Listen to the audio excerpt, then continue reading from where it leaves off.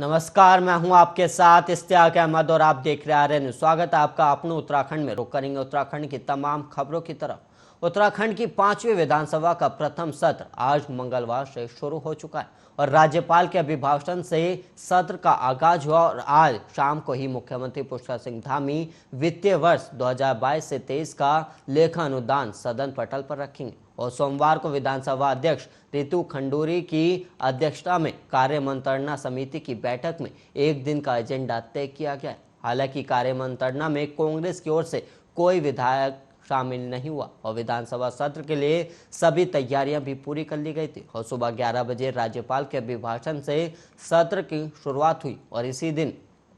शाम को सरकार की ओर से लेखानुदान पेश किया गया और वहीं विधानसभा में कार्य मंत्रणा समिति की बैठक में पक्ष और विपक्ष ने सत्र के दौरान संसदीय कार्यवाही पर चर्चा की और कार्य मंत्रणा में एक दिन का एजेंडा तय किया गया था और बैठक में संसदीय कार्य मंत्री प्रेमचंद अग्रवाल, विधायक खजान दास, बसपा विधानमंडल दल के नेता मोहम्मद शहजाद मौजूद रहे थे और जबकि नेता प्रतिपक्ष का चयन न होने से कांग्रेस कार्यमंत्रणा में शामिल नहीं हुई और बैठक में तय किया गया है कि मंगलवार को फिर से कार्य मंत्रणा समिति की बैठक में एजेंडा तय किया जाएगा और इस अवसर पर विधानसभा के सचिव मुकेश सिंघल और विधायी के प्रमुख सचिव हीरा सिंह बोनाल समेत अन्य अधिकारी मौजूद रहे।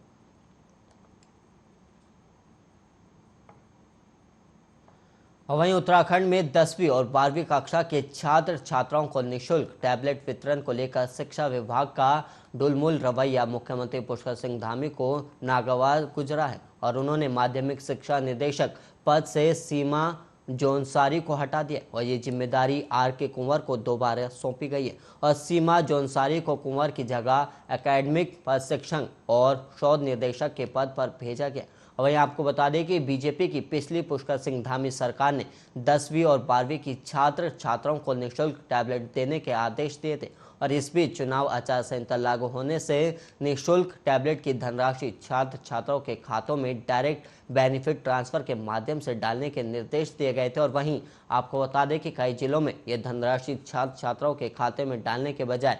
प्रिंसिपल के खातों में डाली गई थी और इससे योजना के क्रियान्वयन में देरी हुई जिससे मुख्यमंत्री पुष्कर सिंह धामी नाराज थे। और वहीं आपको बता दें कि मुख्यमंत्री के निर्देश पर टैबलेट वितरण में ढिलाई बरतने पर माध्यमिक शिक्षा निदेशक सीमा जौनसारी को उनके पद से हटा दिया गया। वहीं शिक्षा सचिव आर मीनाक्षी सुंदरम ने सोमवार को इस संबंध में आदेश जारी किया और आर.के. कुंवर को दोबारा माध्यमिक शिक्षा निदेशक बनाया गया और आदेश में शिक्षा महानिदेशालय में अपर निदेशक के तौर पर कार्यरत रामकृष्ण उनियाल को माध्यमिक शिक्षा निदेशक में अपर निदेशक का अतिरिक्त कार्यभार भी सौंपा गया। और इसके अलावा आपको बता दें कि मुख्यमंत्री सचिवालय ने मुख्यमंत्री के निजी सचिवों के कार्यों में फेरबदल भी किया है और संयुक्त सचिव मुख्यमंत्री एस.एस. टोलिया द्वारा जारी आदेश के अनुसार मुख्यमंत्री कार्यालय आवास में तैनात वरिष्ठ प्रमुख निजी सचिव के मदान को वरिष्ठ प्रमुख निजी सचिव मुख्यमंत्री कार्यालय विधानसभा के पद पर तैनाती दी गई है और इसके अलावा आपको बता दें कि मुख्यमंत्री कार्यालय सचिवालय में तैनात वरिष्ठ प्रमुख निजी सचिव भूपेंद्र सिंह को मुख्यमंत्री कार्यालय आवास में स्थानांतरित किया गया और वहीं मुख्यमंत्री कार्यालय आवास में तैनात प्रमुख निजी सचिव प्रकाश चंद उपाध्याय को इसी पद पर मुख्यमंत्री कार्यालय सचिवालय में तैनाती दी गई है।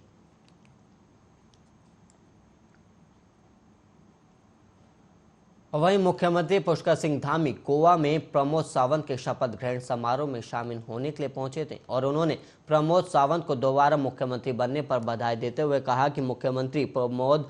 सावंत के कुशल नेतृत्व में गोवा विकास के नए आयाम प्राप्त करेगा। और वहीं सीएम धामी सोमवार को गोवा के श्यामा प्रसाद मुखर्जी स्टेडियम में आयोजित गोवा के मुख्यमंत्री प्रमोद सावंत के शपथ ग्रहण कार्यक्रम में शामिल होने गए थे। वहीं सावंत को बधाई देने के साथ ही धामी ने गोवा सरकार के नवनियुक्त मंत्रिमंडल के सदस्यों को भी शुभकामनाएं दी और इससे पहले मुख्यमंत्री पुष्कर सिंह धामी यूपी के सीएम योगी आदित्यनाथ के शपथ ग्रहण समारोह में भी शामिल होने गए थे और धामी के शपथ ग्रहण समारोह में भी योगी आदित्यनाथ पहुंचे थे और उनके शपथ ग्रहण समारोह में भव्य बनाने में पार्टी ने कोई कसर नहीं छोड़ी थी। और वही शपथ ग्रहण समारोह में बीजेपी शासित प्रदेश के मुख्यमंत्री सहित केंद्रीय मंत्री भी पहुंचे थे।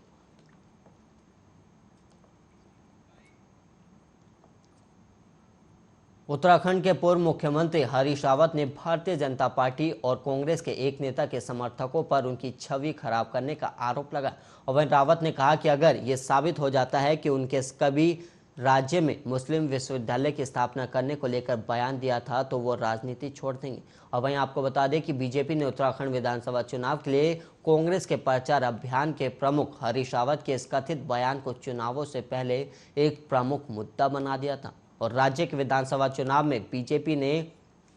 70 में से 47 सीटें जीतकर लगातार दूसरी बार सरकार बनाई है। और इसके अलावा आपको बता दें कि हरीश रावत ने रविवार को फेसबुक पर जारी एक पोस्ट में कहा कि चुनाव में हमारी हार के बाद काफ़ी समय से बिना किसी वजह के मेरे खिलाफ सोशल मीडिया पर बेबुनियादी आरोप की बौछार की जा रही और बीजेपी समर्थकों के अलावा हमारे एक नेता से जुड़े कुछ लोग भी मुझ पर निशाना साध रहे हैं और उन्हें लगता है कि ये राजनीति में मेरा अस्तित्व खत्म करने का एक अवसर है। और हरीश रावत बोले कि अगर राज्य में मुस्लिम विश्वविद्यालय स्थापित करने का उनका कथित बयान साबित हो जाता है तो वो महात्मा गांधी की प्रतिमा के पास बैठकर राजनीति छोड़ने की घोषणा कर देंगे।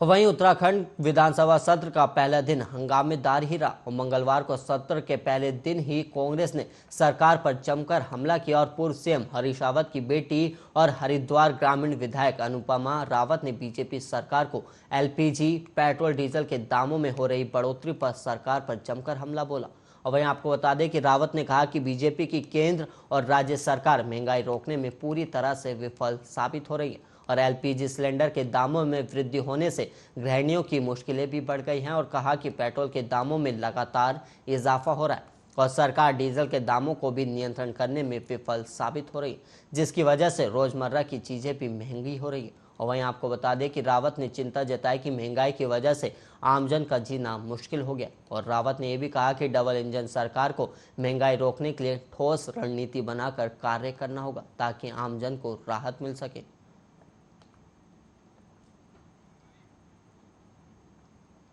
और वहीं उत्तराखंड विधानसभा चुनाव में कांग्रेस की करारी हार के बाद एक फिर नेता के बीच आपसी फूट खुलकर दिखने लगी और अब उत्तराखंड कांग्रेस उपाध्यक्ष अकील अहमद को मीडिया में लगातार अनावश्यक बयान देने के 6 साल के लिए पार्टी से निष्कासित कर दिया गया। और वहीं आपको बता दें कि उत्तराखंड विधानसभा चुनाव से कुछ दिन पहले अकील अहमद ने प्रदेश में कांग्रेस सरकार बनने पर मुस्लिम यूनिवर्सिटी बनाने की घोषणा कर दी थी और बीजेपी ने चुनाव के दौरान इसे बड़ा मुद्दा बना दिया था। और इससे पहले उत्तराखंड के पूर्व मुख्यमंत्री हरीश रावत ने भारतीय जनता पार्टी को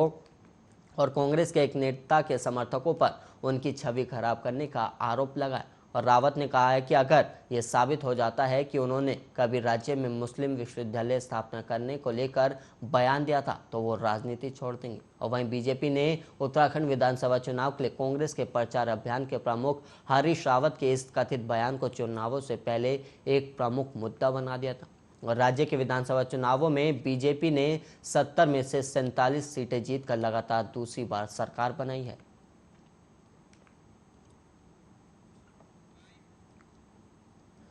द कश्मीर फाइल से निकला हिंदू मुस्लिम का जिन अभी थमा भी नहीं था कि योग नगरी ऋषिकेश से एक वरिष्ठ संत के आश्रम में मुसलमानों द्वारा नमाज पढ़ने जाने का मामला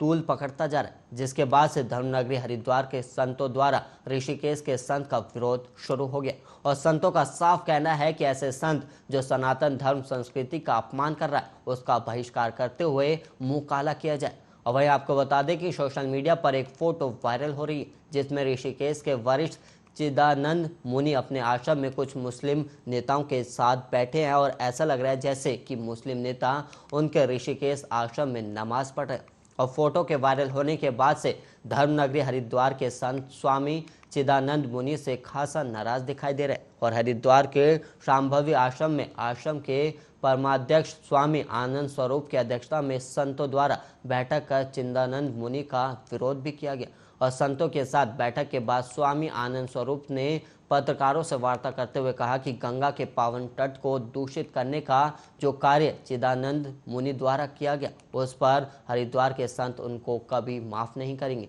और उन्होंने कहा कि काली सेना ने ऐसा संत द्वारा किए गए इस कार्य को धर्म विरोधी करार देते हुए सनातन धर्म से बाहर करने और निर्वाणनीय अखाड़ा से उन्हें बाहर करने की सलाह भी दी और उनका कहना है कि ऐसे संत भगवा पहनने के लायक भी नहीं और बोले कि ऐसे संत केवल धन प्राप्ति के लिए कुछ भी करने को तैयार रहते हैं। और वहीं काली सेना के प्रमुख विनोद गिरी महाराज ने कहा कि काली सेना ऐसे किसी भी व्यक्ति या संत को बर्दाश्त नहीं करेगी जो हिंदू विरोधी कार्य करेगा,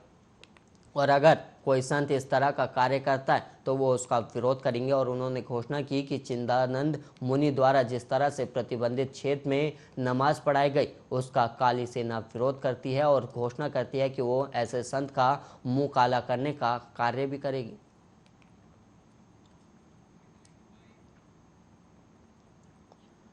रैनी गांव के जिस जंगल से चिपको आंदोलन शुरू हुआ था वहां कांचुला के कई पेड़ों को क्षति पहुंचाने का मामला सामने आया। और वहीं सूचना पर रैनी गांव के ग्रामीणों के साथ ही वन विभाग की टीम मौके के लिए रवाना हुई है। और वहीं रैनी गांव के जंगल के जिस पगरानी क्षेत्र से चिपको आंदोलन शुरू हुआ था वहां कांचुला के कई पेड़ों को भारी नुकसान पहुंचाया गया। और सोमवार को गांव का एक व्यक्ति यहां गया था जिसने पेड़ों को इस तरह के नुकसान की जानकारी अन्य ग्रामीणों और वन विभाग के अधिकारियों को दी। और वहीं सूचना पर रैनी गांव की महिला मंगल दल, युवक मंगल दल सहित अन्य ग्रामीण और वन विभाग की टीम मौके के लिए रवाना हुई और टीम के लौटने पर वास्तविक स्थिति का पता चल पाएगा। और वहीं बताया जा रहा है कि यहाँ करीब 15 से 20 पेड़ों से टुकड़े निकाले गए जिससे ये पेड़ कमजोर हो गए और कई पेड़ों से 203 टुकड़े निकालकर उनको खोखला कर दिया गया जिससे इनके सूखने की भी आशंका है। और वहीं ग्रामीणों ने बताया कि गांव के सोहन सिंह, देवेंद्र सिंह, त्रिलोक सिंह, रविंद्र राणा, दिनेश राणा, भरत सिंह सहित महिला मंगल दल और युवक मंगल दल के लोग भी जंगल गए हुए हैं। और वहीं पेड़ों से टुकड़े निकालकर इनकी तस्करी की जाती है और इन टुकड़ों से लकड़ी की फैंसी कटोरियाँ और गिलास भी बनाए जाते हैं जो काफ़ी कीमती होते हैं। और ग्रामीणों का कहना है कि ये किसी बाहर के व्यक्ति का काम हो सकता है। रैनी गांव के जंगल में पेड़ों से टुकड़े निकालकर उन्हें नुकसान पहुंचाने का मामला संज्ञान में आया और वन विभाग की टीम ग्रामीणों के साथ मौके पर भी गई और टीम के आने के बाद ही वास्तविक स्थिति का पता चल पाएगा।